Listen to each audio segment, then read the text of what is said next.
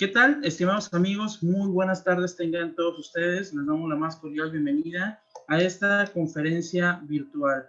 A nombre del maestro Alejandro Aquino Rodríguez, de Jus Penalistas y del Instituto Especializado en Ciencias Penales y Juicios Orales Jalisco, les damos la más cordial bienvenida. Su servidor, Adrián Rodríguez, ya saben que soy el host y presentador de estas conferencias. El día de hoy tenemos la conferencia titulada Nulidades Procesales bajo argumento constitucional y el día de hoy tenemos como invitado de lujo al doctor Heraclio Escobar Bernal, quien es catedrático y coordinador de defensores del Tribunal Superior de Justicia de la Ciudad de México. Pedirles a los compañeros que nos están viendo por la transmisión de Facebook Live que por favor nos ayuden a compartir esta transmisión, pues bueno, para que puedan más abogados poder tener más alcance y puedan enterarse en este caso de esta conferencia como tal. Y a las personas en este caso que nos acompañan en la plataforma de Zoom, pedirle dos requisitos indispensables. El primero de ellos es que mantengan en todo momento su micrófono apagado y que mantengan en todo momento su cámara encendida por respeto al ponente. Antes de dar inicio, pues bueno, la dinámica de esta conferencia es la disertación a cargo de nuestro ponente y al finalizar de ella una ronda de preguntas y respuestas de hasta por 15 minutos. Antes de dar inicio, por supuesto que voy a presentar a ustedes al doctor Heraclio Bernal Escobar. El doctor Heraclio Bernal Escobar tiene doctorado en política criminal, tiene maestría en prevención del delito y sistemas penitenciarios, cuenta con especialidad en sistemas penitenciarios y menores infractores, prevención del delito y derechos humanos, juicio oral y proceso penal acusatorio. También es docente certificado por la Secretaría Técnica para la Implementación del Sistema Penal Acusatorio, la anterior CETEC, y también cuenta con diplomados sobre el nuevo Sistema Penal Acusatorio en México desde la perspectiva constitucional. Curso en preparación para el cargo de juez de primera instancia en materia de justicia para adolescentes, introducción al sistema penal acusatorio, foro de justicia para adolescentes, curso de preparación para el cargo de proyectista de sala en materia de justicia para adolescentes. Cuenta también con diplomado de oratoria, taller para la elaboración de resoluciones judiciales de primera instancia en materia de justicia para adolescentes, curso integral de capacitación sobre justicia de adolescentes dirigido al personal profesionista del Consejo de Menores basado en la Ley de Justicia para Adolescentes del Distrito Federal, Ciencias Jurídico-Penales, el procedimiento en la justicia para menores de edad, la Correduría Pública en el nuevo milenio y en las actividades profesionales ha sido proyectista de primera instancia, adscrito al Juzgado Segundo de Proceso Escrito del Tribunal Superior de Justicia del Distrito Federal, bueno, ahora CDMX, de febrero de 2009 y ahora actualmente se desempeña como coordinador de defensores públicos en la Ciudad de México. En las actividades académicas es catedrático de las siguientes asignaturas: Derecho Penal, parte general, delitos en particular, Derecho de ejecución de penas, política criminal, los sistemas progresivos técnicos, Sistema Integral de Justicia para Adolescentes, las medidas de seguridad, las medidas cautelares y derechos humanos. También lleva a cabo talleres de simulación de audiencias, en este caso, pues bueno, por mencionar algunas, de control de detención, formulación de imputación, vinculación al proceso, medidas cautelares, debate del término para investigar, audiencia intermedia, audiencia de procedimiento abreviado, juicio oral, entre otras más.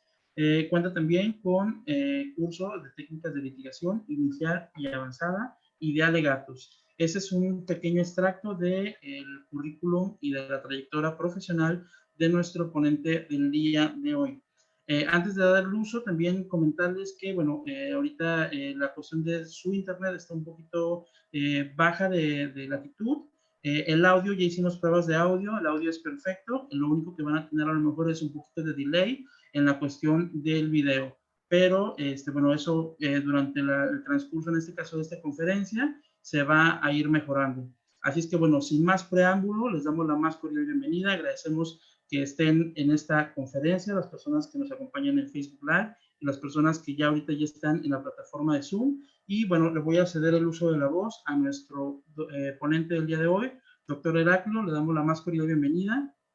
Si me pudiera ayudar a aceptar el cargo exactamente del audio. Así es que bienvenido, el auditorio es suyo. Adelante, por favor.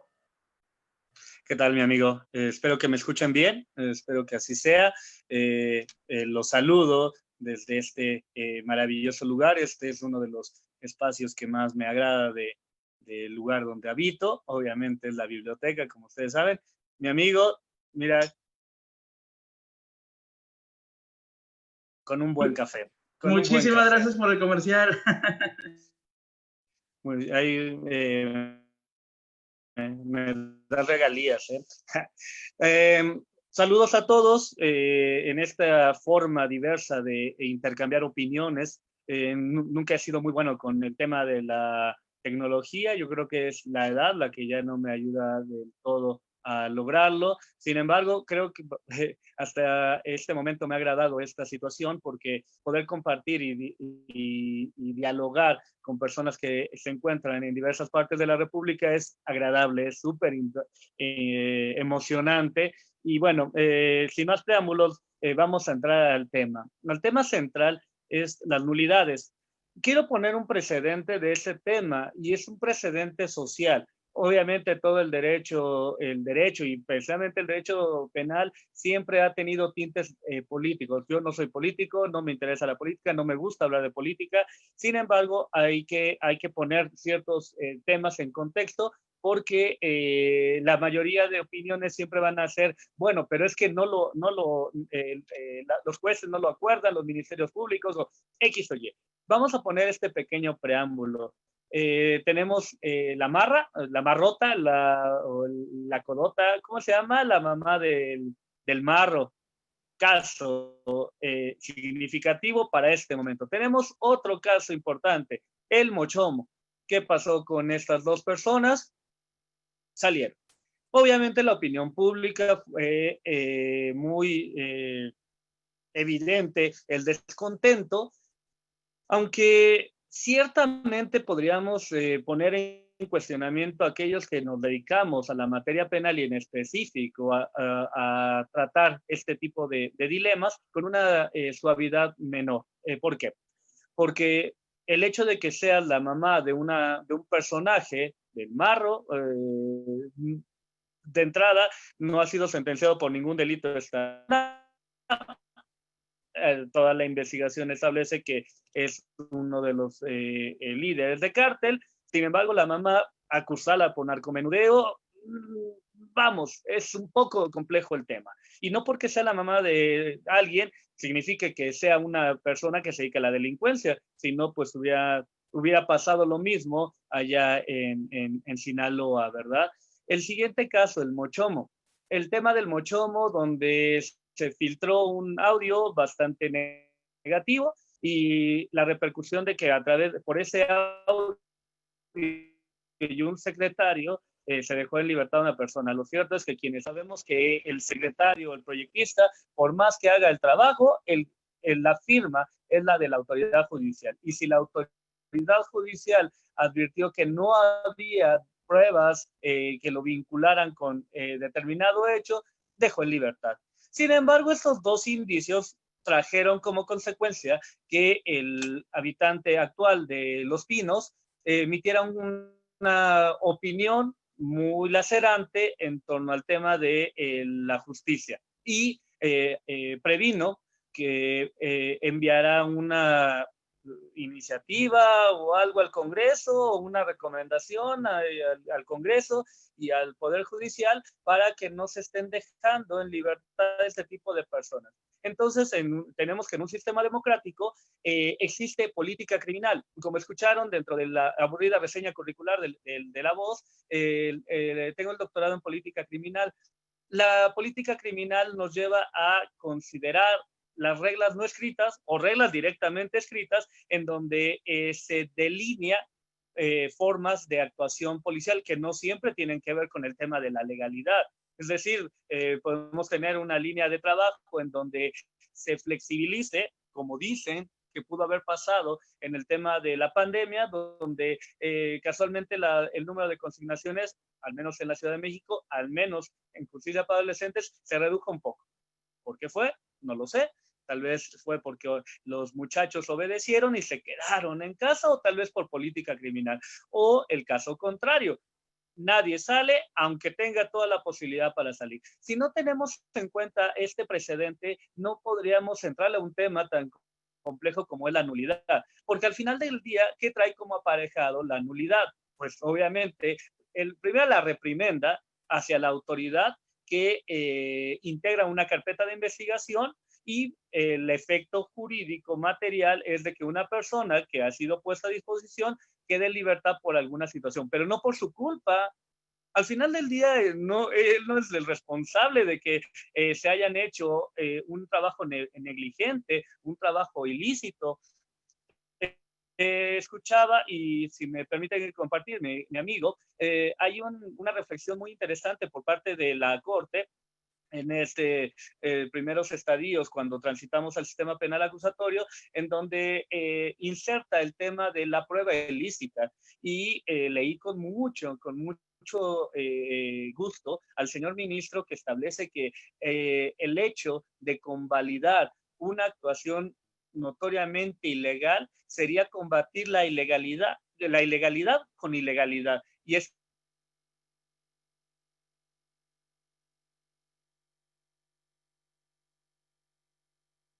Un minuto. Un minuto. Maestro, se nos fue. A ver, un minuto, por favor. Les pido su comprensión. Una cuestión tecnológica. Le reactivo el audio, maestro. Maestro Heráclito, le estoy activando el audio.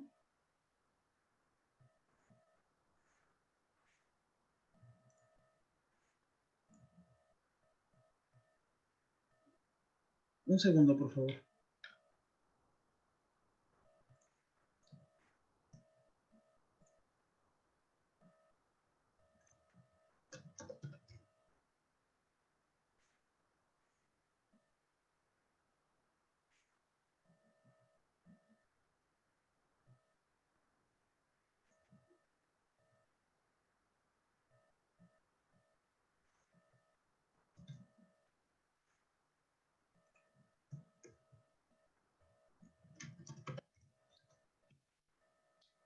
El tema de internet que nos hace algunas cuestiones. Les pido su paciencia. Maestro, le voy a reactivar el audio.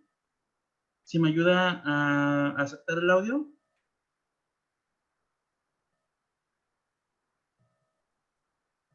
listo. Listo. Ahora sí me escuchan, ¿verdad? Gracias. Creo que fue un complot, estaba diciendo, pero no, de verdad es que me preocupa un tanto el tema.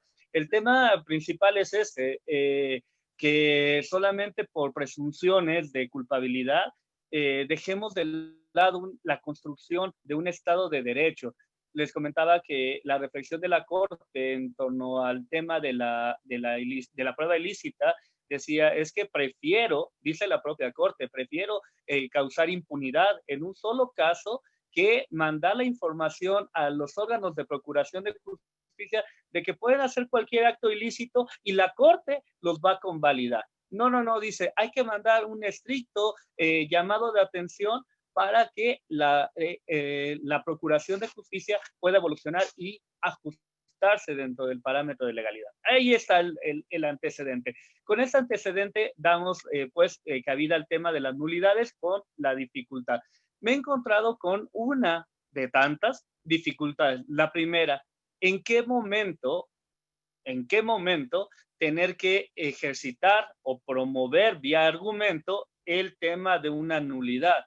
Ese es, híjole, no saben, podría parecer sencillo a la lectura del artículo 97, párrafo primero, nos dice que en cualquier momento. Pues sí, pero en cualquier momento, ¿qué? ¿Y para qué? ¿No? Quiero promover una nulidad. Muy bien. ¿Cómo lo voy a promover? ¿Y qué pretendo obtener? Porque si solamente voy a obtener que se le llame la atención vía oficio al policía que lo detuvo, pues obviamente a mí no me abona nada a un proceso. Entonces, el tema de las nulidades hay que analizarlas desde su perspectiva y sus vínculos y qué nos trae como beneficios a las personas que nos dedicamos a litigar, las personas que diariamente nos enfrentamos a audiencias. Bueno, de entrada yo creo mi abrazo fraternal para nuestros mejores amigos de las nulidades, los honorables elementos de la policía. Bueno, sin duda, sin ellos no tendríamos nulidades. Discúlpenme, no todos, no puedo decir que todos hagan mal trabajo, pero la mayoría, aunque en otros casos agentes del Ministerio Público también, han abonado al tema de las nulidades. Y voy a poner diversos ejemplos, y si alguno tiene algún ejemplo que quisiera compartir, con todo gusto lo podemos someter al escrutinio y a ver qué resulta, ¿no?, de esta charla. Bueno, el tema principal es, tenemos dos tipos de nulidades a nivel procesal, las nulidades absolutas y las nulidades relativas, con tamices completamente diferentes y formas de trato completamente diferentes, con argumentos completamente diferentes y fundamentos diferentes. Sí, el fundamento principal de una nulidad es el artículo 97. Este artículo 97 nos va a dividir en primero y segundo párrafo. El primer párrafo es la nulidad absoluta y el segundo párrafo es la nulidad relativa. Una nulidad absoluta se puede promover en cualquier momento. Primera diferencia sustancial. Y tiene que ver con la violación a un derecho humano, ¿vale? No pierdan de vista eso. Se puede promover en cualquier momento ante la autoridad y tiene que ver con la violentación de un derecho humano. Esa es una nulidad absoluta. La nulidad relativa está fundamentada en el artículo 97, párrafo segundo, pero el tema de la violación es de que se debe de promover dentro de las 24 horas. Además, tiene que ver con una regla procesal incumplida y esta puede ser convalidada o saneada. Convalidada por el tiempo, saneada por alguna otra circunstancia o actuación posterior, ¿vale? Entonces, si ya tenemos claro que tenemos dos tipos de nulidades, absolutas y relativas, y que las nulidades absolutas tienen que ver con el tema de derechos humanos y las nulidades relativas con el tema de obligaciones procesales incumplidas, nos enfocamos entonces en la nulidad absoluta, aquella que tiene que ver con la violación a un derecho humano. ¿Qué trae como consecuencia? Bueno, que se anule el acto de autoridad. Pensemos en un acto de autoridad, la clásica, para no buscar uno más rebuscado. Una orden de cateo que se ejecuta sin una orden judicial, que se violenta, ¿qué derecho humano se violenta? La inviolabilidad del domicilio. Pero, ¿cuál sería esa prueba o esa acción que vamos a solicitar que sea anulada? Eso es lo primero. ¿Qué prueba o qué dato de prueba o acto de investigación tiene vínculo o conexión con la violentación a este derecho humano? Si ustedes me dicen, es que el ingreso al domicilio, si yo fuese su contrario, diré, su señoría, no, dentro del catálogo probatorio del artículo 251 o del artículo 252, no advierto que haya una prueba referente al ingreso al domicilio. No, hay cateo. Bueno, es que no lo hicieron con un cateo. Bueno, pero ¿qué prueba quieres? ¿Qué acto de autoridad que trajo aparejado un dato de prueba es el que quieres anular? ¿Vale? Son pequeñas complicaciones que se nos van suscitando a lo largo del análisis. Tenemos, o recomendaría yo, si me lo permiten, que vincular los actos que pretendemos que se anulen con un dato de prueba. Una entrevista, una inspección en el lugar de los hechos, en el lugar del hallazgo, en el lugar de tránsito, una inspección corporal, inspección de vehículos, toma de muestras biológicas, lo que ustedes gusten, pero tiene que haber un dato de prueba, porque si no tienes un dato de prueba, un acto de investigación, ¿qué vas a anular? Es que quiero anular que los policías hayan entrado a su casa, a la casa del imputado. Bien, perfecto, pero eso no es un dato de prueba, no es un acto de investigación. El haber entrado no es parte de un material probatorio. Entonces, dejo todos esos antecedentes porque, con todo respeto que me merecen mis amigos jueces, creo que uno de los temas que menos les gusta es enfrentarse a un argumento de nulidad. no porque le tengan miedo, al contrario, ellos lo conocen mejor que nosotros. Sin embargo, la consecuencia que puede traer el hecho de que se anule un acto de investigación es obviamente anular prueba, y eso demerita o puede debilitar mucho la labor de Ministerio Público. Y bueno, sabemos que se llama Procuración y Administración de Justicia, no se llama Procuración, Defensa y Administración de Justicia. Entonces, regularmente, si el juez encuentra una forma para no acordar de conformidad lo solicitado por la defensa, les aseguro que lo va a hacer, les aseguro, o sea, porque en la práctica así nos ha pasado. Por ello tenemos que ser muy técnicos en el momento de establecer el argumento. Tenemos que establecer no el que haya ingresado a su casa, no, sino una prueba. ¿Cuál? Inspección en el lugar de los hechos, en el lugar del hallazgo, ¿vale? Bueno, continuamos entonces. Una vez que se ha identificado el acto de autoridad, que tiene que ver con una acción probatoria, que es la que nos puede retribuir a favor o en perjuicio, tenemos que establecer cuál es el derecho humano que se violenta, porque no todo es sencillo, vamos, o sea, podemos mencionar que hay derechos humanos que algunos ni conocemos, ¿no? Que ahorita vamos a ir platicando y desarrollando en el argumento. En el caso de una inspección al interior de un lugar cerrado, al interior de una propiedad privada, en una casa, el derecho humano es la inviolabilidad del domicilio o la propiedad, dependiendo, ¿sale?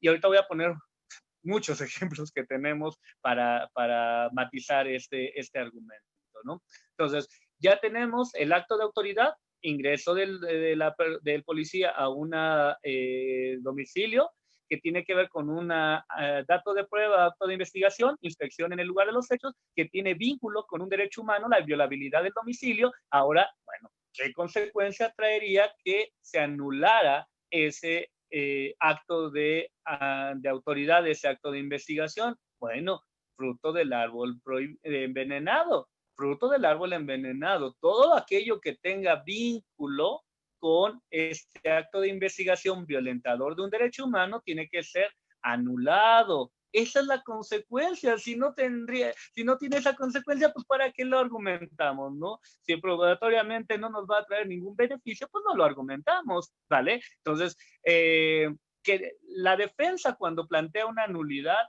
pretende establecer que pruebas están contaminadas, fueron realizadas, fueron recabadas de manera ilícita, violando un derecho humano. Por eso el artículo 97, párrafo primero, es muy claro en establecer que todo acto realizado con violación a un derecho humano será nulo. Sí, pero no solamente ese acto, porque del artículo 97, párrafo primero, nos vinculamos al artículo 20, apartado A, en su fracción novena, de la Constitución Política de los Estados Unidos Mexicanos, en donde dice: toda prueba obtenida, a ver, permítanme para no inventarles, toda prueba obtenida con violación de derechos fundamentales será nula, ¿vale?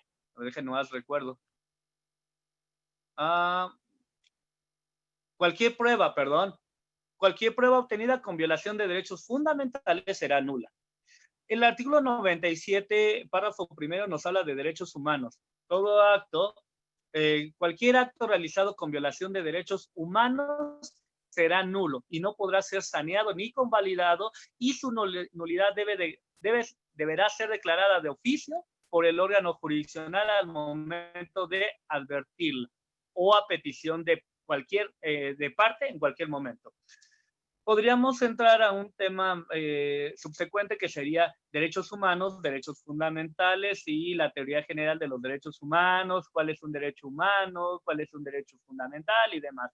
Sin embargo, en la vía del argumento podríamos intentar homologar el argumento estableciendo cuál es un derecho humano, cuál es un derecho fundamental.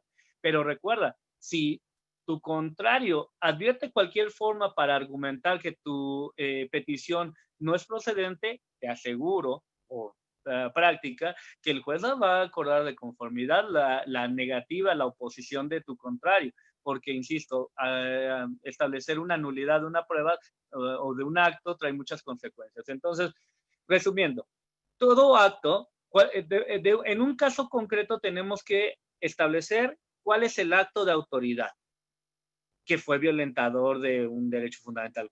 Este acto, ¿con qué dato de prueba o acto de investigación tiene vínculo? Luego, establecer qué derecho humano se violenta. Y finalmente, con qué pruebas está conectado de manera directa y le sumamos el de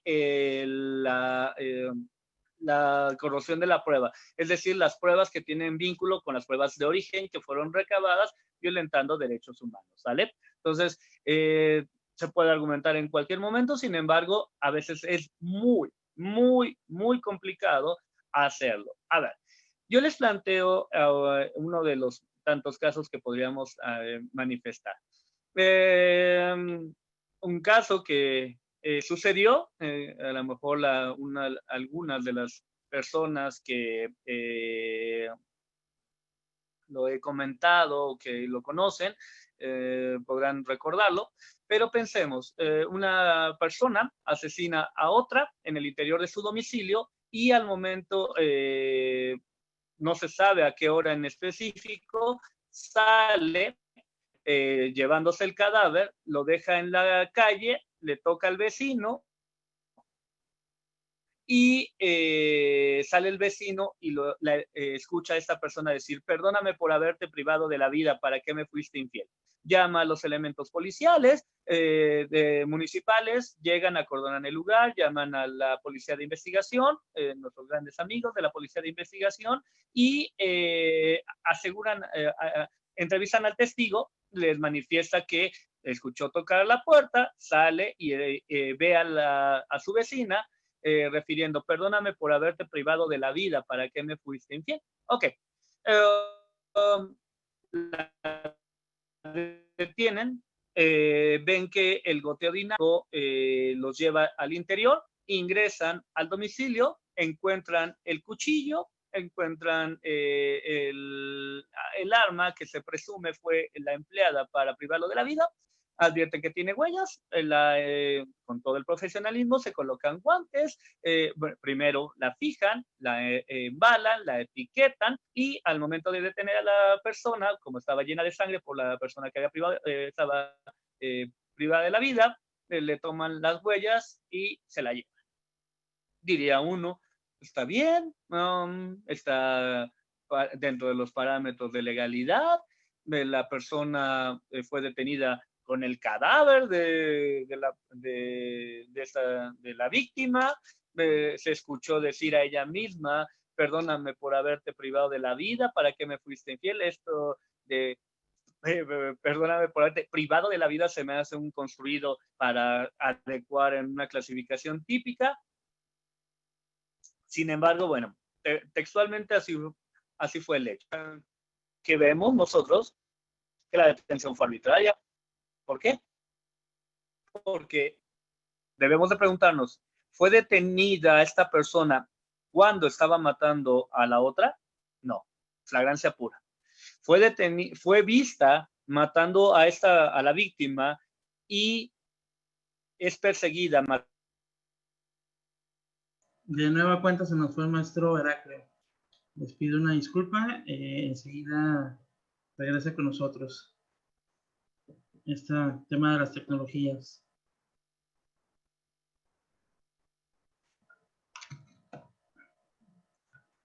Maestro, ¿estoy activando el audio? ¿Listo? Listo, seguimos. Bueno, no nos rajamos, perdón, seguimos. Seguimos. Eso es que no quería darles tips a las personas que nos escuchan, pero bueno, esta persona fue detenida, analizábamos la forma de la detención, obviamente mi contraparte, agente del Ministerio Público, estableció una flagrancia por señalamiento, pero analizamos, ¿fue detenida al momento de estar cometiendo el delito? No. Fue detenida, fue vista cometer el delito y perseguida material inmediatamente hasta su detención. No, fue detenida por señalamiento de una persona. Sí, no, ahí está el vecino que refirió haber escuchado, perdóname por haberte privado de la vida, ¿para qué me fuiste infiel? Bueno, pero el artículo 146, en su fracción segunda, inciso B, refiere que puede señalarse ¿quién? Un testigo presencial de los hechos. Es decir, alguien que a través de sus sentidos haya percibido la ejecución de un delito. Es decir, si él hubiera escuchado que su vecina estaba discutiendo con la víctima y que ella le dijo te va a matar y pácatelas, podría haber sido un testigo de los hechos, porque no solamente tiene que ser un testigo visual, sino un testigo de en cualquier índole. Pero entonces dirían, no, si es un testigo, porque él escuchó cuando la víctima refirió, perdóname por haberte privado de la vida, ¿para qué me fuiste infiel? No, pero eso no es un testigo presencial, porque él no presenció los hechos. Además de que él nunca señaló a la imputada, nunca la señaló, nunca dijo, hey, yo vi que ella lo mató, yo escuché que ella lo mató. No, él escuchó una aceptación de los hechos, mas no se puede constituir como un testigo presencial. Muy bien, perfecto. Una vez que tenemos esa reflexión, entonces con ese argumento se puede plantear una nulidad o solamente podemos entrar al tema de que no ratifiques de legal una detención. El efecto jurídico inmediato sería que no ratificaran de legal una detención. Eso no, bueno, en el mejor de los escenarios. Pero ¿qué va a traer como consecuencia? Que inmediatamente saliendo ya le tienen una orden de aprehensión y la van a detener. Entonces, no tendría mayor efecto, ¿vale? Sin embargo, pensemos entonces que si la actuación de los elementos policiales al momento de aprender a esta persona es un acto de autoridad que debe de nulificarse o no. Ok, no se ratifica de legal la detención, eso lo traía como consecuencia de que se anula. Pero ese acto de haber detenido a una persona sin estar dentro de los parámetros de regulación constitucional o procesal, trae aparejado la violación de un derecho humano. Eso sería la idea, porque si trae aparejado la violación a un derecho humano, entonces nos ubicamos en el artículo 97, párrafo primero, anulamos el acto de autoridad, detención, y de ahí en fuera nos vamos en un efecto de cascada con datos de prueba, actos de investigación que pueden ser nulos por tener vínculo directo con un acto de autoridad violentador de un derecho humano. Hay un derecho humano. Bueno, en materia de justicia para menores, para adolescentes, sí lo tenemos directamente establecido. Seguridad, derechos durante la detención. Sin embargo, ampliando el margen, tenemos que la Comisión Nacional de Derechos Humanos, la máxima institución en reconocer derechos humanos en su portal oficial, es decir, el portal oficial del Estado, reconoce este derecho humano y le llama seguridad jurídica en materia de detenciones. Derivado de ello, entonces, si este acto de autoridad, detención, es violentador de un derecho humano, seguridad jurídica en materia de detenciones, si se anula, trae como consecuencia que se tienen que anular todos los datos de prueba, los actos de investigación que tienen vínculo directo con este acto de autoridad violentador de un derecho humano. Además de que, en primer momento, ellos ingresan a un domicilio. Hay dos formas, como ya había planteado, de ingresar a un domicilio: por orden de cateo o por la regla procesal establecida en el artículo 290 del Código Nacional de Procedimientos Penales. Es decir, en ese artículo 290 nos da dos perspectivas o dos posibilidades para que una autoridad pueda ingresar a una vivienda, a un lugar cerrado, sin orden judicial. Una, está repeliendo una agresión real, actual e inminente. O dos, que sea autorizado por la persona facultada para otorgarlo. Lamentablemente no lo hicieron. No lo hicieron dentro de ninguno de esos parámetros. Entonces, con independencia de que anulas la detención, acto de autoridad, detención, derecho humano a la seguridad jurídica en materia de detenciones.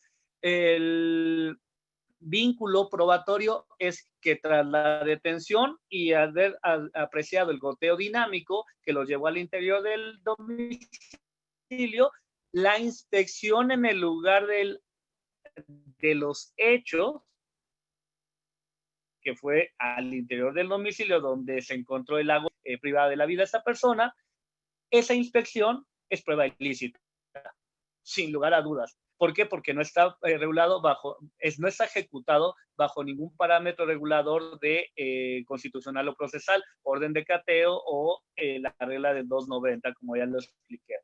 Entonces, la inspección en el lugar de los hechos es prueba ilícita y bajo efecto corruptor tenemos que el cuchillo embalado perfectamente en el lugar de los hechos con la recabación de las huellas decadactilares o dactilares que se encontraron en el cuchillo, tienen un vínculo que los une a la prueba ilícita. Entonces, la inspección es la prueba ilícita y tiene efecto corruptor lo que es la evidencia material, el cuchillo, las huellas localizadas en ese cuchillo, las huellas tomadas a la imputada cuando fue detenida de manera arbitraria y posteriormente el estudio comparativo entre ambas huellas bajo el efecto corruptor.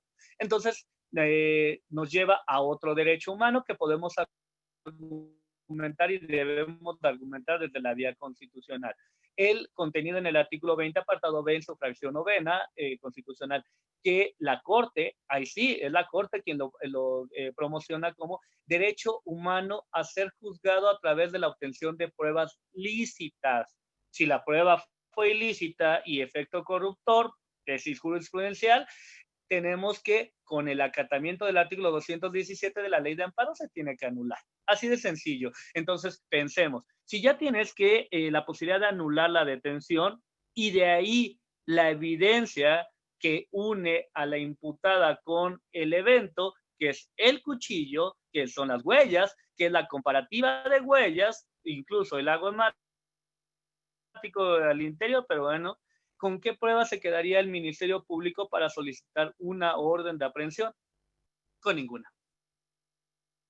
Efectivamente, con ninguna. Gracias. Gracias por ilustrarme en este tema. Entonces, es trascendental. Es trascendental el tema de las nulidades y el argumento. Imaginemos el señor agente del Ministerio Público, solicito se ratifique de legal la detención. Defensa, lo que manifiesta, sí, su señoría, por favor.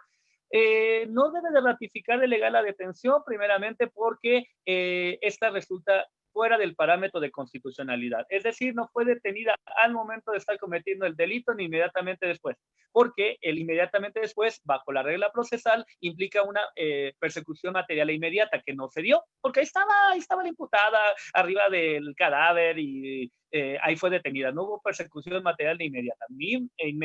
Inmediata no me dio nada, después de la ejecución del hecho, fue detenida. Y tampoco puede estar dentro del parámetro procesal facultativo de la flagrancia, que es la flagrancia por señalamiento, porque primero no hubo un señalamiento. El testigo, Metiche, le llamo, no dijo que ella lo había cometido. Él dijo, yo escuché, y no escuché que lo mató. Yo escuché que dijo, perdóname por haberte privado de la vida, ¿para qué me fuiste infiel? Entonces, al no estar detenida de manera legal, bajo parámetros de constitucionalidad o procesal, le solicito que con fundamento en el artículo 1, párrafo 3, que establece la obligación de toda autoridad de promover, respetar, vigilar y garantizar el ejercicio de los derechos humanos de las personas en pos de respetar y garantizar el derecho humano a la seguridad jurídica en materia de detenciones, no ratifique de legal la detención y en vía de consecuencia, con fundamento en el artículo 97, párrafo 1 del Código Nacional de Procedimientos Penales, toda vez que este acto de autoridad detención fue violentador de un derecho humano a la seguridad jurídica en materia de detenciones y debido a ello hubo una inspección en el lugar de los hechos en donde se recabó la evidencia consistente en el cuchillo y las huellas que fueron localizadas de las que estaba impregnada este cuchillo por la sangre salpicada, el estudio comparativo, las huellas tomadas a la detenida sin la presencia de su defensor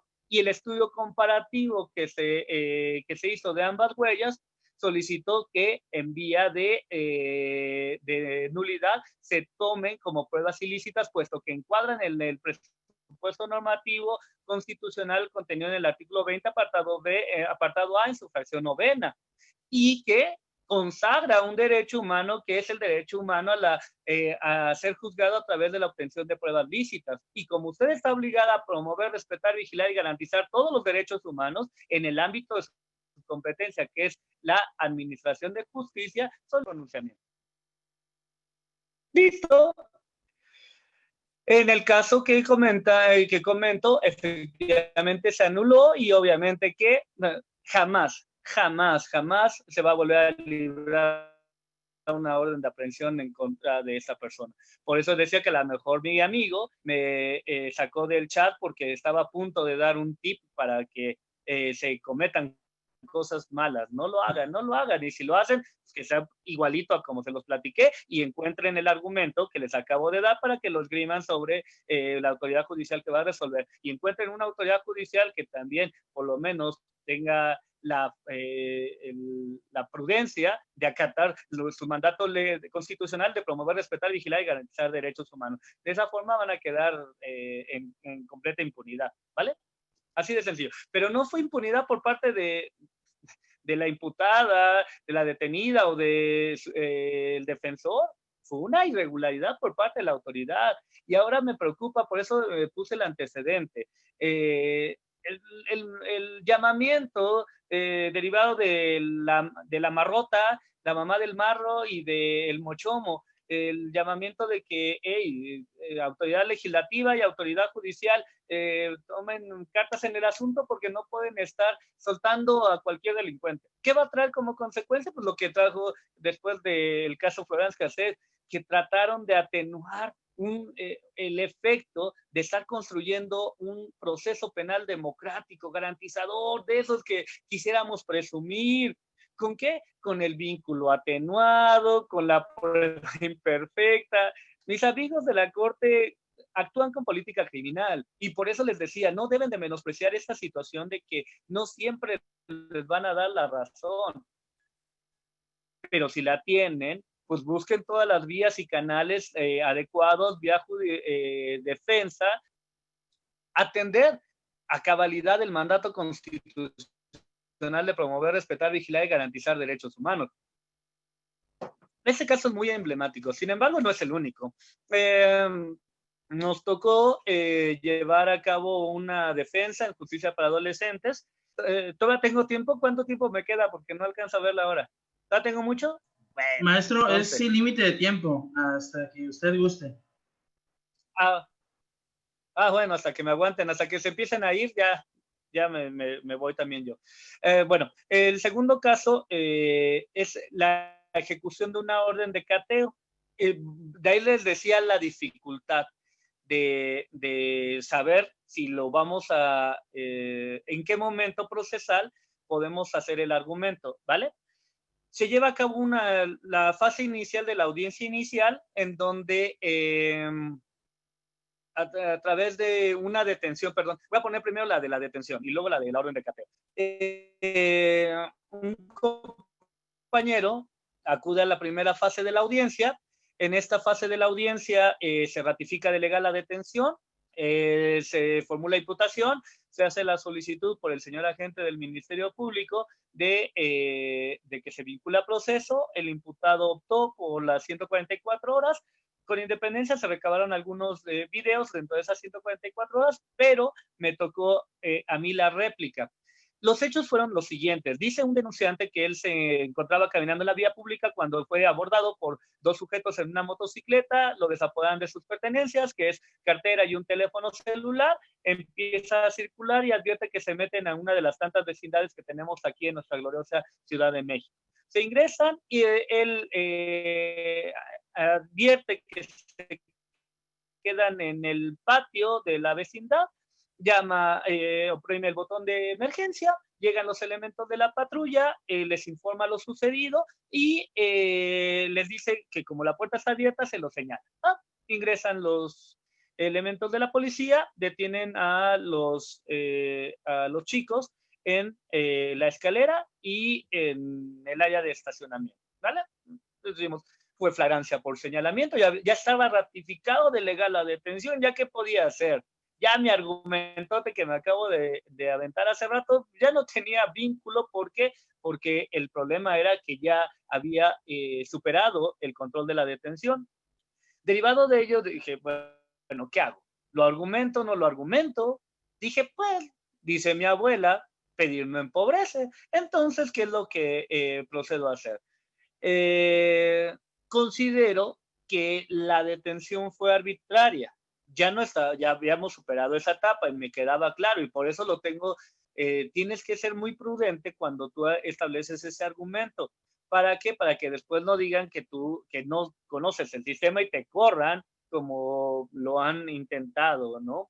Le estableces que efectivamente conoces el sistema, sabes que no es el momento procesal, pero ¿qué es lo que pretendes con el argumento? Que el sustento probatorio con el cual el Ministerio Público soporta la petición de vinculación sea declarado nulo, porque tienen un vínculo con un acto ilegal.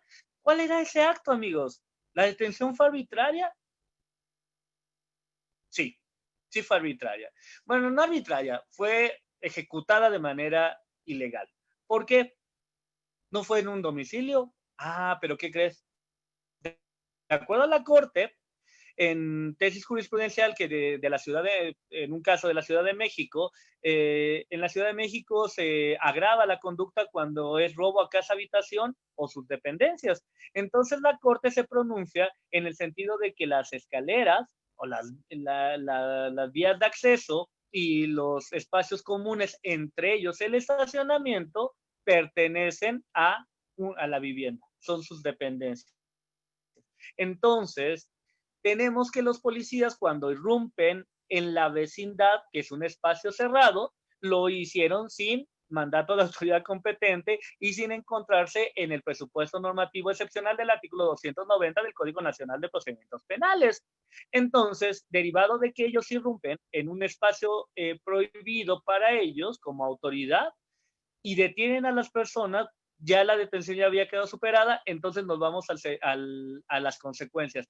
Las pruebas recabadas derivado de esa detención arbitraria, que fue el arma de juguete con el cual amagaron, y el teléfono celular, no fue encontrada la cartera, quién sabe por qué, dice que llevaba como 2,500 pesos, pero no la encontraron y los aseguran. Esas pruebas, que es el juguete como réplica de arma de fuego y la evidencia, no pueden ser tomadas en consideración porque provienen de una violación a un derecho humano, la inviolabilidad del domicilio por haber sido detenido en una de sus dependencias sin tener la orden de cateo ni demás.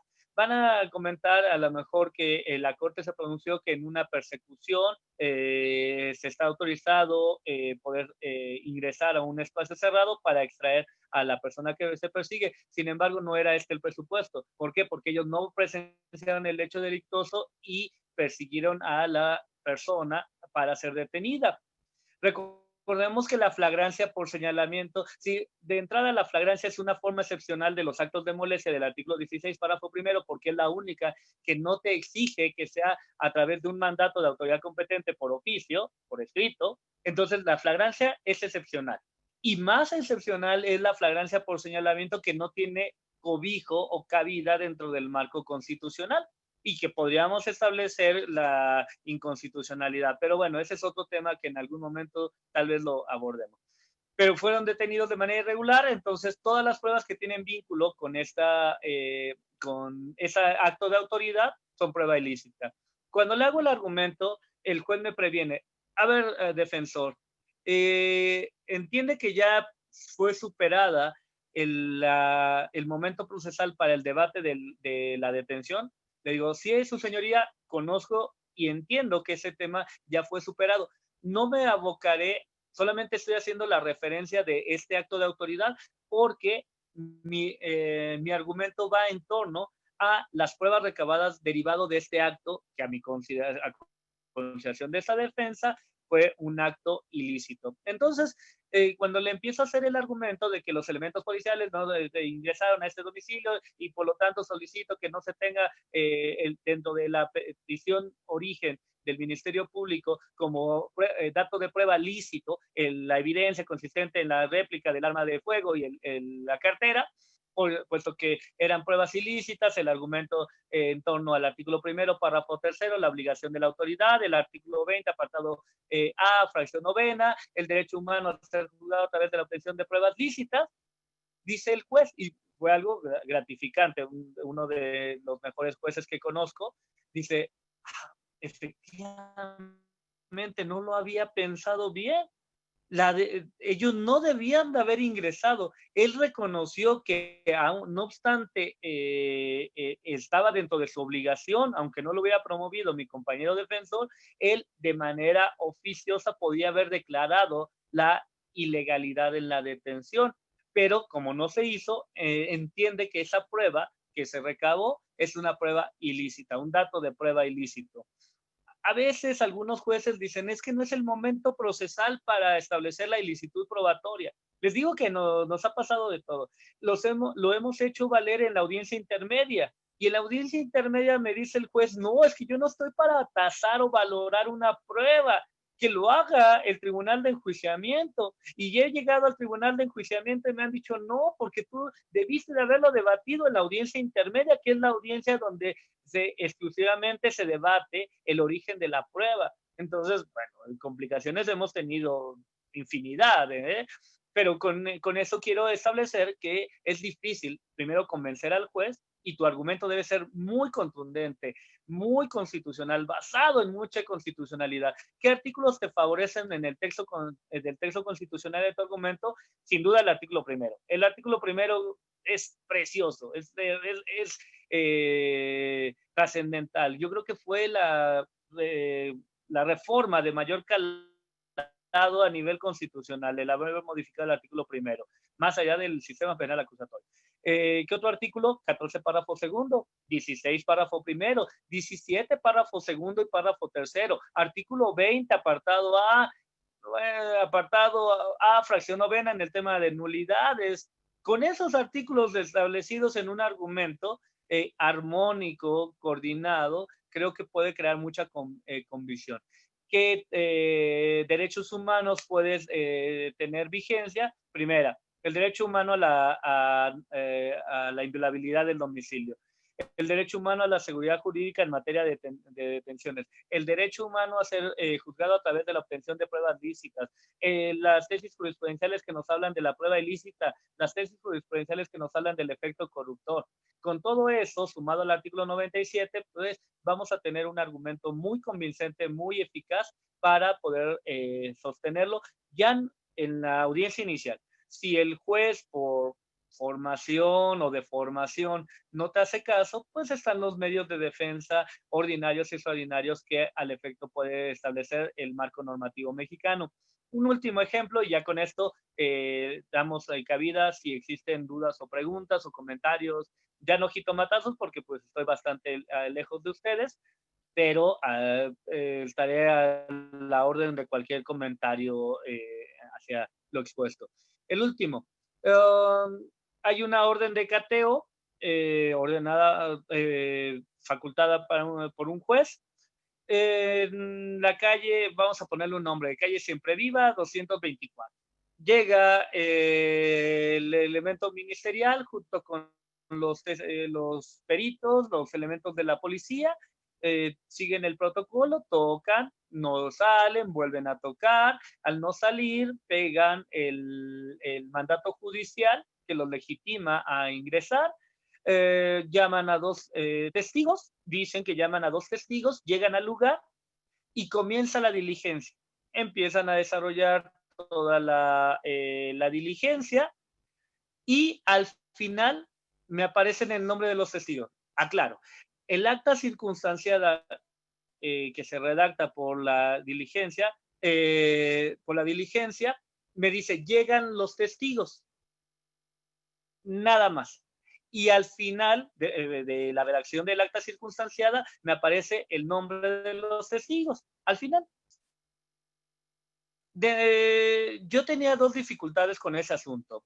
La diligencia de cateo fue autorizada por el juez en la calle Siempre Viva 245.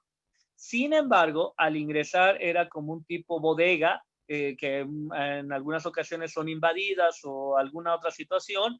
Al interior se encontraban 6 departamentitos o microviviendas o cuartos o como le quieran llamar.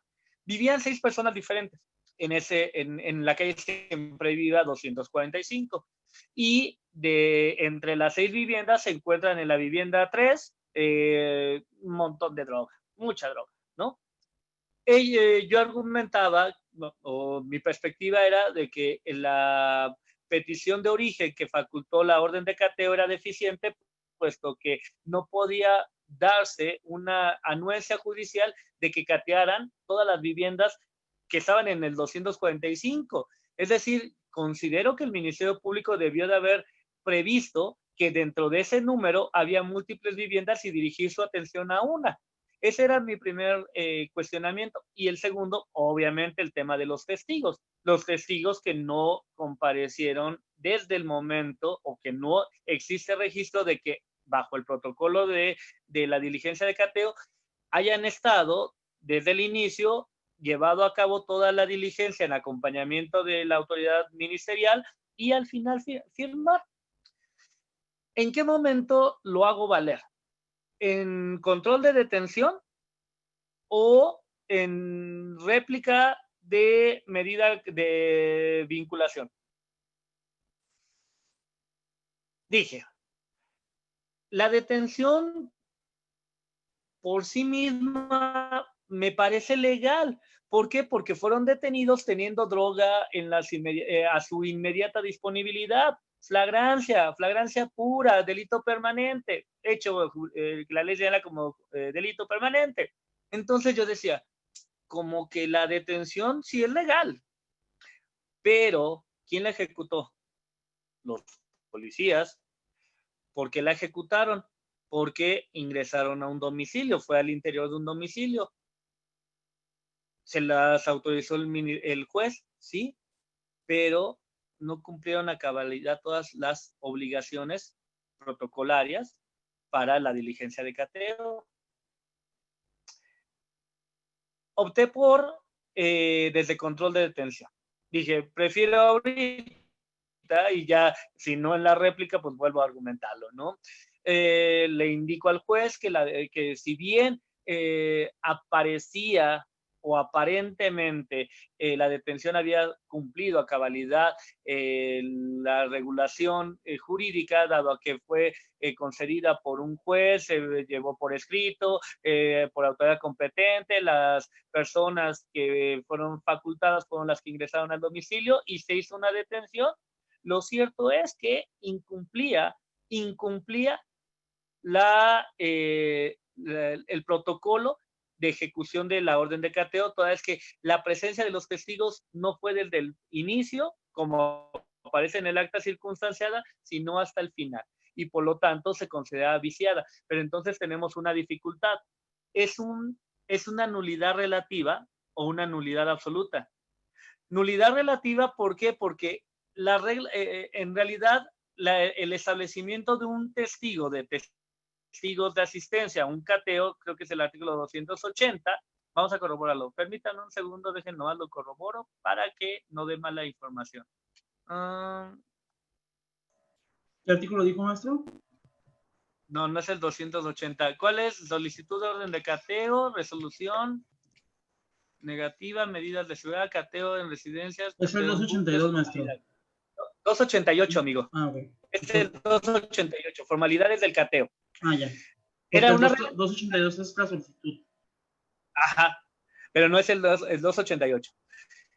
Es una regla procesal. Entonces es una nulidad relativa, ¿no? Oye, pero pues haber irrumpido en un domicilio y no llevar a cabo todo el marco de regulación implica que esa intromisión fue violando la inviolabilidad del domicilio porque no se ejecutó con todas las formalidades. Les soy honesto. les soy honesto, creo que es una nulidad relativa. ¿Por qué? Por esto mismo que le estoy diciendo, la formalidad está en el 288, la presencia de los testigos, pero la jurisprudencia nos dice que si no se cumple a cabalidad esta formalidad, el cateo debe de declararse nulo. Eso lo dice la jurisprudencia en cuanto a los testigos. Dice, los testigos tienen que ser presentados desde el primer momento, darle continuidad o acompañar a las autoridades, dar constancia de que las autoridades están ejecutando, realizando toda esa inspección en el lugar de acatear, el hallazgo de la evidencia y al final firmar. Si no cumplen esa formalidad, entonces la diligencia de cateo es nula, dice. Entonces, si es nula, entonces la intromisión en el domicilio sí podía ser una violación a un derecho humano, a la inviolabilidad del domicilio. Para no darles más vueltas, yo argumenté, obviamente, que si tengo que argumentar entre una nulidad relativa o una nulidad absoluta, yo voy a argumentar una nulidad absoluta. Y siempre voy a enfocarme al tema de los derechos humanos, derechos humanos, derechos humanos. Entonces, el argumento fue muy similar al que construimos hace rato y el juez dice, efectivamente, la intromisión de los elementos de la autoridad de procuración de justicia se realiza incumpliendo esta obligación que le era inherente, puesto que la presencia de los testigos no es vaga, no, es inexistente hasta el momento en que concluye la misma. Por lo tanto, no podemos establecer que efectivamente estuvieron desde el momento del inicio. Solamente se habla de su arribo, más no de que fueron apercibidos, deben de conducirse con lealtad, bla, bla, bla, y estar en acompañamiento de la autoridad de investigación. Y dice, violentándose el derecho humano a la inviolabilidad del domicilio. Termina la audiencia, no se ratifica de legal la detención. Saliendo me preguntan mis 3 clientecitas, bueno, sus padres, porque eran 3 adolescentes. Oiga, ¿cuándo nos van a volver a citar? No, no los van a volver a citar. ¿Por qué? Porque si bien es cierto, no anularon la prueba, no la anuló en ese momento, no se lo solicité, pero bueno, no lo anuló en ese momento, sé muy bien que en cuanto libren una orden de presentación o aprehensión, me presenten a mis representadas y el Ministerio Público sostenga como válidos los datos de prueba recabados en esa diligencia de cateo, yo argumentaré que tomando como precedente el manifiesto judicial de que se violentó el derecho humano a la inviolabilidad del domicilio, todas las pruebas recabadas en esa diligencia son prueba nula. ¿Por qué? Porque tienen vínculo directo con la violación a un derecho humano y por lo tanto nos ubicaremos en el 20 apartado B, apartado A, fracción novena constitucional. ¿Listo? Entonces, sabía que sí los podían citar, pero las probabilidades de éxito eran muy pocas, porque hay un principio de igualdad entre principio de igualdad entre de las determinaciones judiciales en materia penal, principios de ahorita a lo largo de la charla lo recuerdo, es un principio de identidad de las determinaciones judiciales en materia penal, que tiene fundamento en el artículo 14, párrafo tercero constitucional. Recordemos que en ese artículo establece la estricta legalidad en materia penal, es decir, que no puede dar cabida a mayoría de razón o a ambigüedades, tiene que ser preciso. Entonces, en ese sentido, a ver, 14, párrafo tercero, nada más para hacer la referencia. Ay, me fue el quinto. 14, párrafo tercero te dice, en los juicios del orden criminal queda prohibido imponer por simple analogía y aún por mayoría de razón pena alguna que no esté decretada por una ley exactamente aplicable al delito de que se trata. Esto quiere decir, o debería de ser así, que si le ponemos un hecho con un mismo andamiaje jurídico, cualquier juez podría determinar lo mismo, porque no cabría o no debería de caber la analogía o la mayoría de razón. El principio de identidad de las determinaciones judiciales en materia penal lo hacemos valer cuando tenemos decisiones que fueron contrarias a nuestros intereses, por ejemplo, que no se haya ratificado de legal una detención o que haya un pronunciamiento o que haya negado una orden de aprehensión y después con los mismos datos de prueba se haya librado otra y se pretenda vincular al proceso. Entonces, este principio nos auxilia mucho en el argumento. Acuérdate que ya el argumento prácticamente se construye a través de derechos humanos, se construye a través de principios y obviamente pues a mí en lo particular me ha gustado mucho el argumento constitucional, construir bloques de constitucionalidad argumentativa y subir o pretender subir a tu contrario a que litigue en materia constitucional. Vamos a soportarnos con argumentos constitucionales y obviamente se buscaría que el juez te diera contestación con argumentos constitucionales. Si un juez de primera instancia, llámese fuero común o fuero federal, no está No se vaya, maestro. gusto con el debate constitucional, lo resuelve en que mejor no me voy aquí. Se fue poquito, pero ya estamos de regreso. Ok, nada más que para referir. El mejor lenguaje jurídico creo que es el lenguaje constitucional, incluso más que el lenguaje convencional, por los diversos criterios de la Corte que lo limita a que en caso de que no exista el argumento en el andamiaje legal mexicano, se ocurra a las reglas convencionales. A muchos, y les aplaudo, son excelentes convencionalistas. A mí en lo particular, yo me quedo con el argumento constitucional. Creo que nuestra Constitución y los anexos que pueden darse, como son los pronunciamientos de las diversas instituciones de protección de derechos humanos, las leyes que hablan de derechos humanos, la jurisprudencia que habla de derechos humanos, nos ha enriquecido mucho en este tipo de argumentos. Razón por la cual, pues, es una invitación para que le demos batalla argumentativa a los jueces y que ellos también nos respondan en el mismo sentido. Hemos encontrado jueces excelentes que aún y cuando no nos dan la razón, nos dan clase. Hemos encontrado ministerios públicos que lejos de oponerse bajo argumentos ilógicos y racionales, nos han dado clase. Hemos encontrado asesores jurídicos en el mismo sentido y he visto la actuación de compañeros defensores tanto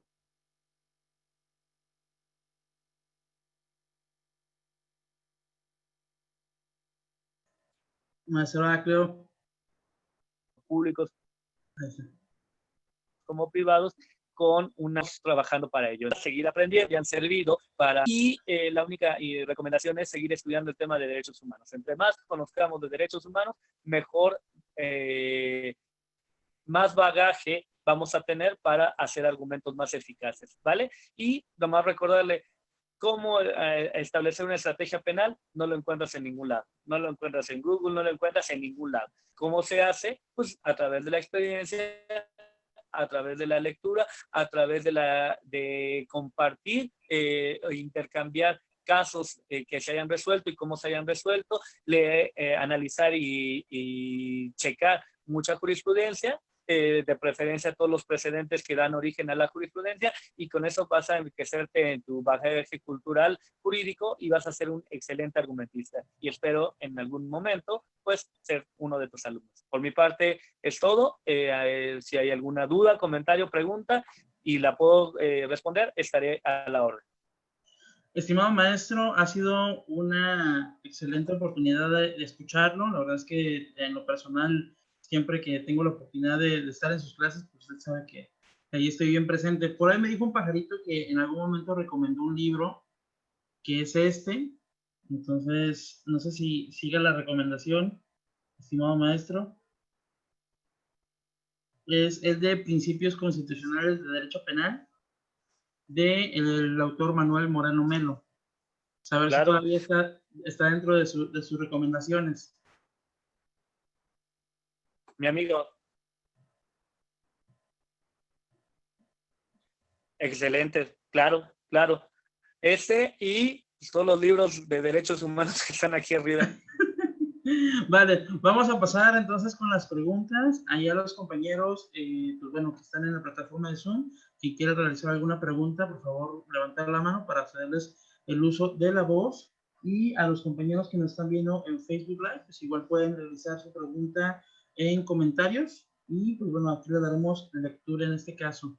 Le hago una pregunta que realizó una compañera. La compañera se llama Isabela Gallaga. En la solicitud de nulidad por violación de derechos humanos, ¿será necesario también fundamentar en la Convención Americana de Derechos Humanos y en diversos tratados y convenciones o solamente en los instrumentos jurídicos nacionales?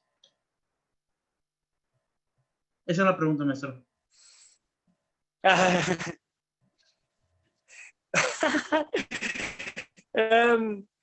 Yo les diría, pues, si le pueden echar más crema a los tacos, pues échenle toda la carne al asador.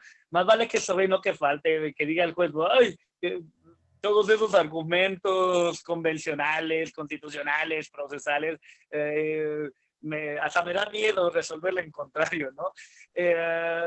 Pero ya siendo objetivos, yo les diré, no es necesario. A mi gusto, muy pocas veces ocurro a los argumentos convencionales, solamente cuando advierto o hay alguna jurisprudencia internacional que apoye o convalide mi argumento. Basarme en las convenciones de derechos humanos y demás, está bien, pero al final del día, si tienes fundamentos nacionales,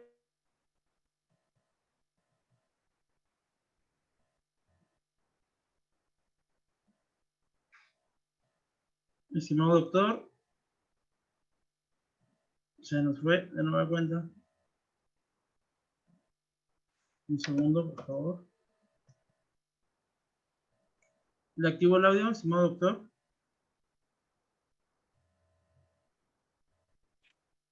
Listo. Ahí lo tiene. Listo, y ahora sí. Continuamos. Gracias.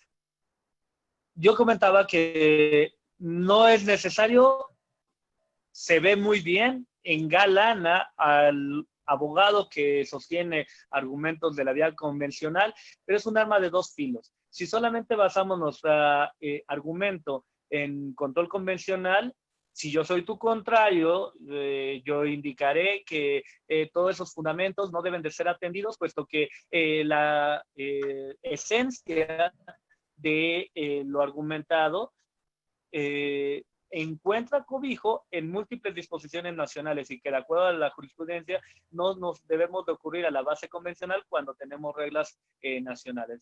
Recordemos, debemos de ser muy precavidos porque en determinado momento si el juez encuentra una salida, ya sea una puertita o una ventana, va a salirse por ahí. No es necesario, puede complementarlo, engalana, sí, pero no es necesario, porque a menos de que sea un fundamento claro y específico que te hable de la prueba ilícita, tenemos las garantías judiciales que me quedan claros, sí, pero que tengas un argumento preciso, tan bonito para la nulidad, como un 97 párrafo primero con procesal o un artículo 20 apartado fracción novena constitucional, ¿vale? Ese sería mi comentario. Vale, ¿alguien más que desea realizar alguna pregunta? La compañera Teresa Rocha me había comentado, ¿va a preguntar? Hágame con sí, perfecto. Déjenme le activo el audio. Adelante, Teresa Rocha, si me puede ayudar a activar el audio. Listo. Gracias. Buenas noches. De hecho, ahorita estaba leyendo en el Código Nacional de Procedimientos Penales acerca de esta nulidad, estos actos de investigación que pueden ser declarados nulos, y quería saber hasta qué etapa puedo solicitarlos. Es decir, en la audiencia inicial no te percatas de una posible violación a los derechos humanos y en etapa de investigación lo detectas. Entonces, con la finalidad de que el Ministerio Público no realice una acusación, ¿puedo solicitar la nulidad de ese acto previo a la audiencia intermedia? A ver, un segundo, Déjame. ¿Tiene el audio activado, maestro? Vale. Ok. Si nos adherimos al artículo 97, dice que en cualquier momento debió de haberlo hecho el juez de oficio, pero no les gusta. Realmente, ojalá y me desmientan, no uno, todos los jueces que digan, hombre, échamelas, y si tienes razón, yo las concedo. Eso sería bastante bien, pero dice, puede ser violación de derechos humanos será nulo y no podrá sanarse ni convalidarse y su nulidad debe de ser declarada de oficio o a petición de parte en cualquier momento. Yo solicitaría, si es en control de detención, desde control de detención. Si es en debate de vinculación, lo hago valer. Si no me di cuenta o llego en una intervención posterior y no lo hizo valer el defensor o no lo hizo de oficio el juez, y advierto que esos datos de prueba tienen vínculo directo con una violación a un derecho humano, solicitaría una audiencia de tutela de derechos. Yo la haría. Vamos, pedir no empobrece, solicitar una audiencia de tutela de derechos a efectos de poner en consideración de la autoridad judicial el origen nulo, el origen violentador de derechos humanos de esos datos de prueba, actos de investigación, y que él resuelva lo que tenga que resolver durante el periodo de investigación complementaria, precisamente con la finalidad de que, como refiere la compañera, con la finalidad de anular esos datos de prueba y que no se conviertan en medios de prueba que sustenten una acusación. Y si de ahí, por ejemplo, en el caso del cateo, anulas la droga, solicitaría que si hay un pronunciamiento de nulidad de esos datos de prueba, de ejemplo, la droga, solicitaría en ese momento el sobreseimiento. Yo lo haría. Y si no, en etapa intermedia. Cuidado, hay un pronunciamiento del ministro Lelo de la Rea, si no mal recuerdo, donde establece que el juicio oral, aunque el Código Procesal dice claramente que en todo momento, en cualquier momento, perdón, el ministro, si no mal recuerdo, el Lelo de la Rea, establece que en juicio oral no se va a excluir o a debatir licitud probatoria. Esa es una apreciación que tiene él.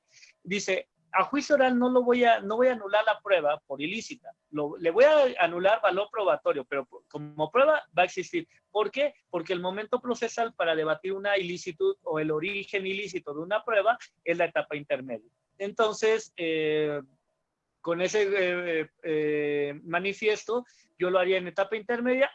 Si no, en juicio oral solicitaría que se le anule todo alcance probatorio por tener un origen lícito y listo. Y bueno, no debemos de olvidar, en ejecución también hay nulidades, ¿eh? En la fase de ejecución existen y existen muchas. Vale, vamos enseguida con nuestro compañero Mario Alberto Mendoza. Mario, te habilito el micrófono. ¿Me ayudas a activarlo, por favor? Listo. Adelante, amigo, por favor. Maestro Adrián, buenas noches para todos. Amigo Heraclio, ¿cómo está? Buenas noches. Un placer escucharlo. Y yo le tengo dos preguntas, maestro. Una es si podemos solicitar la nulidad de la expedición de una orden de aprehensión, aún siendo esta ya ejecutada. Y la otra, ¿cuál sería el momento procesal oportuno teniendo en cuenta las siguientes consideraciones? Una es que la persona que fue sujeta a la ejecución de la orden de aprehensión se encontraba a disposición ya del juzgado de control, que fue el mismo que emitió la orden de aprehensión, esto por un delito diverso. Y atendiendo la necesidad de cautela que requiere una orden de aprehensión, pudiera buscar esa nulidad de esa expedición de la orden de aprehensión. Muchas gracias, maestro Heraclio. Espero verlo en la maestría pronto. Pues eso ya depende de los coordinadores, esperemos que sí. Ejemplo muy complicado, mi amigo. Bueno, pero no me sorprende, en clase haces lo mismo. Más lo que aquí no te puedo reprobar, ¿verdad? El tema de la orden de aprehensión. Lo más prudente es que si se sabe, si llega a oídos de nosotros que hay una orden de aprehensión en contra de uno de nuestros clientes, inmediatamente ocurrir a la vía del amparo. En la vía del amparo, cuando se rinde el informe previo y justificado y se envían las constancias que integran la carpeta de investigación sustento de la petición del Ministerio Público. Yo en lo particular no solamente solicito que la autoridad judicial envíe la copia de audio y video de la audiencia, sino nombro como autoridad también al Ministerio Público y solicito con fundamento en la jurisprudencia que establece que en excepción se puede solicitar la carpeta de investigación, se envíe la carpeta de investigación. Aunque yo ya conozca todo su contenido, haré que no. Y en la contestación del informe previo y justificado, cuando nos dan vista a la defensa o al imputado para que se pronuncie, hacer un análisis de legalidad de origen de los actos de investigación que tienen vínculo con los datos de prueba, solicitando que como toda autoridad en el ámbito de su competencia tiene la obligación de promover, respetar, vigilar y garantizar los derechos humanos de las personas. En este caso, la autoridad judicial envía de revisión constitucional del acto de autoridad, orden de aprehensión, verifique que el origen de los datos de prueba con que sustentó la petición de orden de aprehensión tienen origen ilícito, se declare su nulidad como sustento probatorio y que por lo tanto al no ser el resto del material probatorio no es suficiente para sostener la orden de aprehensión, se deje sin efectos la misma. Regularmente el juez nos va a contestar o va a contestar siendo un amparo para efectos de reenvío. En el mejor de los casos anula esos datos de prueba, pero reenvía al juez de origen para que se repronuncie con libertad de jurisdicción sin ese material probatorio, si aún así existen las condiciones para el libramiento de una orden de aprehensión. En cuestión de la medida cautelar, en enero de este año salió un pronunciamiento de la Corte hermoso en donde establece la dificultad, establece que se deja sin efectos las órdenes de aprehensiones cuando no se logra justificar de manera excepcional por qué se requirió la orden de aprehensión y no la posibilidad de atraer al imputado, al señalado, a la audiencia de alguna otra manera. Con eso estamos dejando sin efectos muchas órdenes de aprehensión que están vigentes porque no se cumple con el principio de excepcionalidad para la medida cautelar. Si quieren, se los hago llegar a través de nuestro coordinador, toda esta información o toda la información que hemos estado platicando, que la tengo, pero, por ejemplo, no quiero saturarlos con números de tesis jurisprudenciales y demás. Si gustan mejor, les hago un extracto de la información ya documentada y se las hago llegar con el compañero, ¿vale? Espero que haya quedado, pues, medianamente clara la...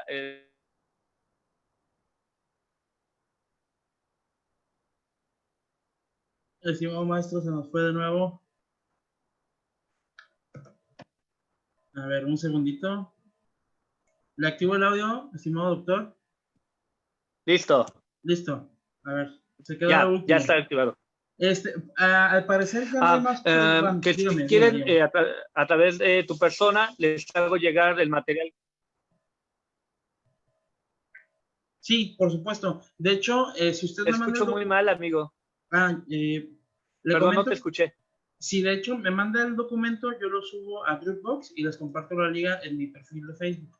Entonces, así la he estado haciendo con los materiales que nos mandan los ponentes que hemos tenido. Entonces, súper agradecidísimos que en este caso nos mande ese documento. Y pues déjeme comentarle que, pues, bueno, ahí en el Facebook Live hay muchos agradecimientos por esta conferencia, muchos alumnos suyos, muchos alumnos de aquí de Puerto Vallarta, que ya lo extrañan, que ojalá que pueda volver pronto. Y también sus alumnos de Guadalajara, tal vez el caso de nuestro compañero Mario Alberto. Y así que nada más que agradecerle en este caso su tiempo, los conocimientos que nos ha transmitido esta tarde-noche, y pues bueno, nada más que agradecerle. No sé si quiere agregar algo más, maestro. Ay, un segundo. ¿Le activo el audio? ¿Le activo el audio, estimado doctor?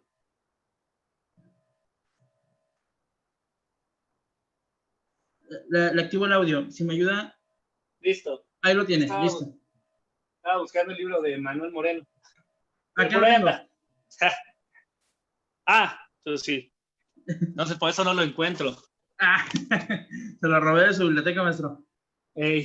A ver, ¿algo más, mi amigo? No, pues nada más le comentaba que agradecerle en este caso el tiempo que nos ha destinado y los conocimientos que nos ha compartido en esta tarde-noche. decirle que hay muchos, de nueva cuenta se me fue. Maestro, ¿sigue ahí, estimado doctor? Sí, aquí ya estamos.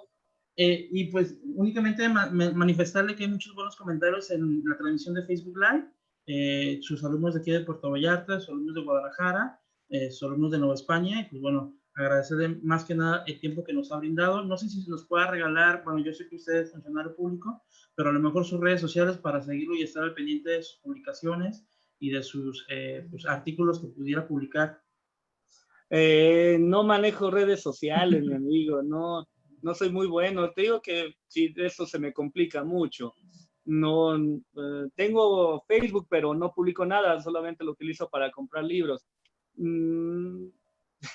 Pues solamente por este medio, como saben, estoy a la orden de todos los compañeros. Mi número telefónico es el 5514-066482. Sin problema, estamos conectados.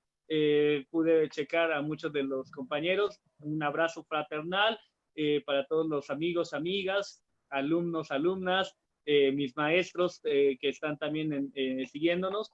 Gracias de verdad por brindarme lo más valioso que tenemos, que es nuestro tiempo. No tengo redes sociales, pero a través de este número telefónico, vía WhatsApp o vía llamadas, podemos seguir conectados y quedaré a la orden, amigo. Cualquier invitación que quieras extender a tu servidor, aquí estaré pendiente, ¿vale? Muchísimas gracias y también un saludo a su club de fans, porque me estuvieron llegando muchos mensajitos pidiéndome la liga de la conferencia y la mayoría son mujeres, es que tiene por ahí su club de fans. Like. Vale, maestro, le agradezco mucho y pues bueno, a los compañeros que todavía están aquí en Zoom, igual agradecerles su tiempo, a los compañeros que también nos siguen en Facebook Live, también agradecerles que nos hayan acompañado el día de hoy.